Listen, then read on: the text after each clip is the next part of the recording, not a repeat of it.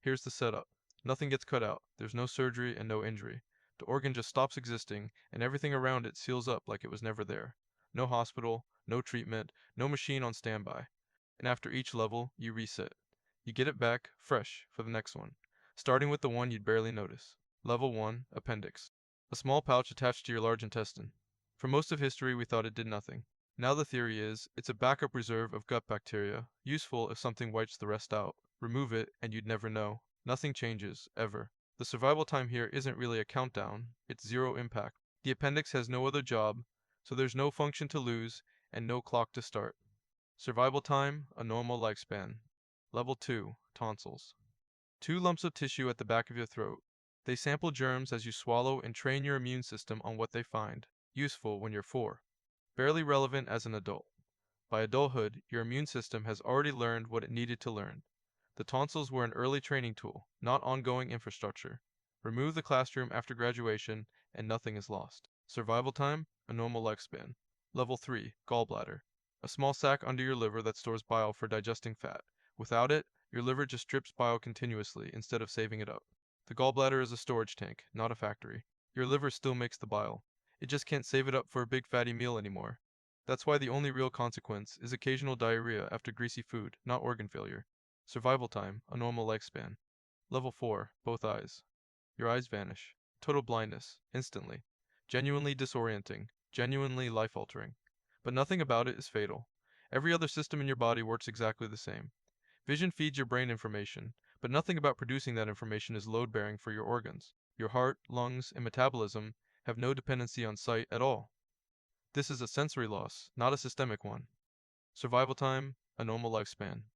Level 5, Testicles, Ovaries. Your reproductive glands disappear. Hormone production drops off a cliff, and long-term that affects bone density, mood, energy.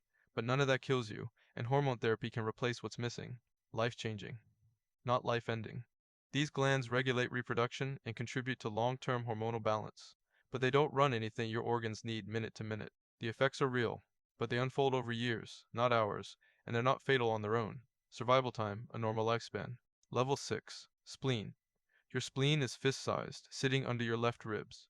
It filters old blood cells, and it's the only thing that recognizes one specific family of bacteria, the kind with a disguise-like coating that hides them from the rest of your immune system. Without a spleen, that disguise works. Those bacteria can multiply undetected. If you never encounter one, you're fine for years. If you do, a mild infection can become fatal within a day. This is why the survival time isn't a clean number, it's a bet. Nothing about losing a spleen is immediately dangerous. The danger only exists the day you cross paths with the wrong bacteria, and until then, the clock simply isn't running. Survival time, months to years, until the day it isn't. Level 7. Thyroid. A small gland in your neck that sets the speed of your entire metabolism. Without it, everything slows. Your heart rate drops, your body temperature drops, your energy disappears. It takes weeks to become dangerous, and months to become fatal, as your organs gradually run too cold and too slow to function. The thyroid doesn't perform an urgent task, it sets a pace. Losing it doesn't remove something your organs need this second, it removes the setting that keeps them running fast enough. That's a slow drift, not a cliff, which is why it takes months instead of days to become fatal.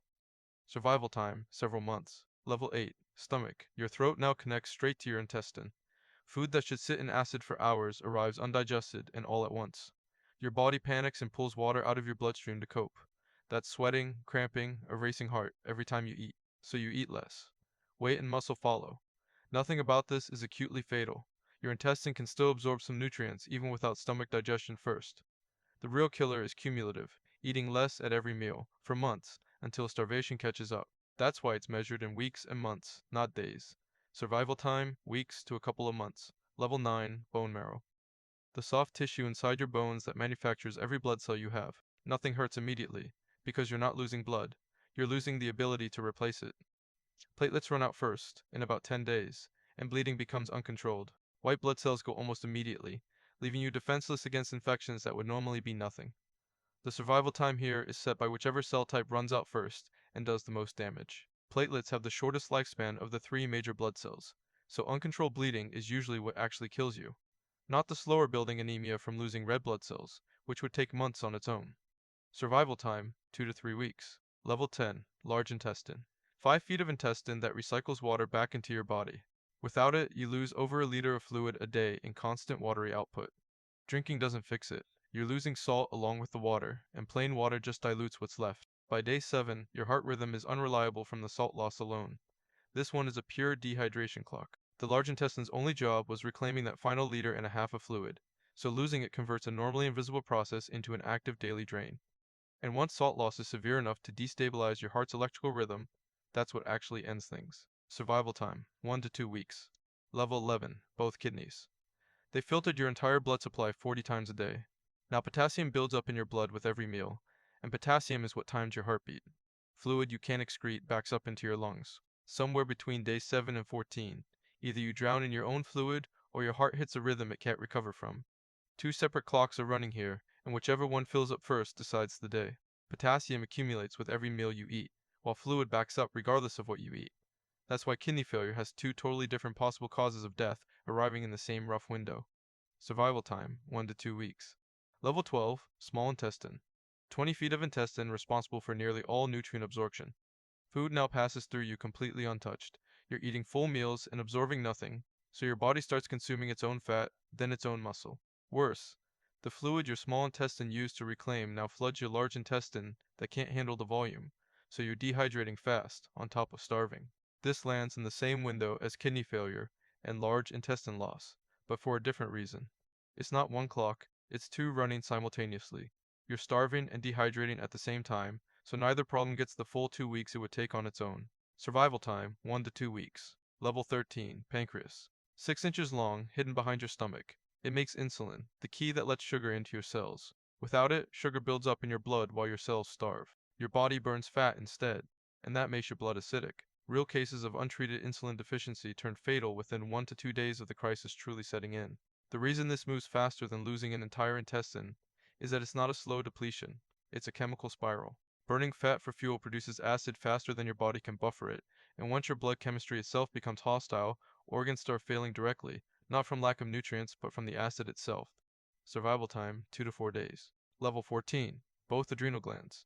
2 glands above your kidneys, each about 4 grams. Without them, your body loses cortisol and aldosterone at the same time. Your blood pressure collapses, sodium disappears from your bloodstream, and potassium rises to dangerous levels. By the end, your organs simply aren't receiving enough blood to keep functioning. These glands aren't digesting or filtering anything. They're regulating pressure and salt balance constantly, in real time. Losing that regulation doesn't let anything build up gradually. Your blood pressure starts falling within hours, which is why this outpaces organs many times its size. Survival time, 1 to 3 days. Level 15. The liver. 3 pounds, over 500 separate functions, all stopping at once. It stops filtering the toxic byproduct of digesting protein, which now heads straight for your brain. It stops producing clotting factors, so bleeding doesn't stop. It stops releasing stored sugar, so your blood sugar crashes within a day. The closest real-world case is total liver removal during transplant surgery. Even with a full surgical team keeping a patient alive by machine, that state has never been sustained past about 3 days. Without any support at all, it's faster still. And here's the strange part. It lands in almost the same window as your pancreas and your adrenal glands. 3 pounds and 500 jobs, against a few grams and 2 jobs. Size and complexity buy you nothing here. What actually determines speed is how directly the failure hits your blood chemistry and your brain, and the liver hits both at once. Survival time, 1 to 3 days. Level 16, skin. Your entire skin, gone. Instantly.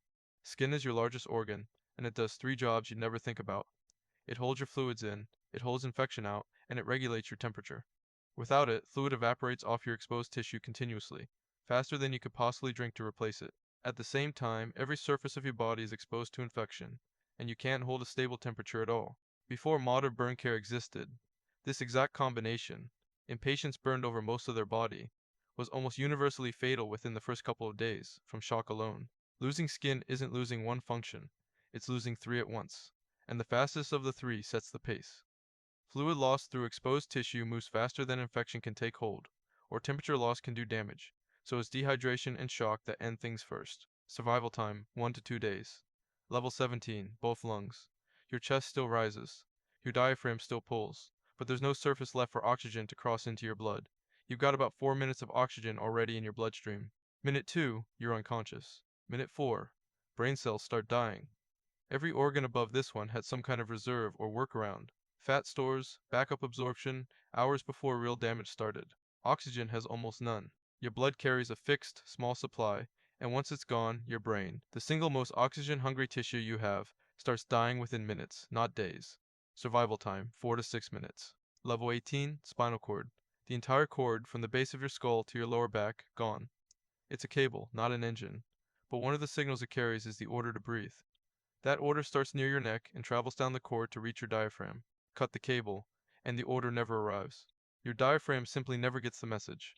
The result is the same as losing the diaphragm directly. This one is purely about signal transmission, not tissue function. The diaphragm itself would be completely healthy and capable. It just never receives the instruction to contract, which makes the outcome identical to physically losing the muscle, even though nothing about the muscle itself is damaged. Survival time, 4 to 6 minutes. Level 19, heart, gone. Not stopped, gone. The oxygen in your blood is still there. It just isn't moving. Your brain holds about 10 seconds of it in reserve, and that's the entire budget. Second 8, your vision goes. Second 11, you're unconscious before you hit the floor. This is faster than losing your lungs for one specific reason. Your lungs failing still leaves a few minutes of oxygen already dissolved in still blood. Losing your heart removes the only thing moving that oxygen anywhere at all. The fuel is there, but nothing is delivering it. Survival time, 10 to 15 seconds. Level 20, the brain, last one, and it breaks the format completely. Every organ before this had a failure sequence, something building up, something running out, hours you could count. The brain doesn't fail. It's what recognizes failure in the first place.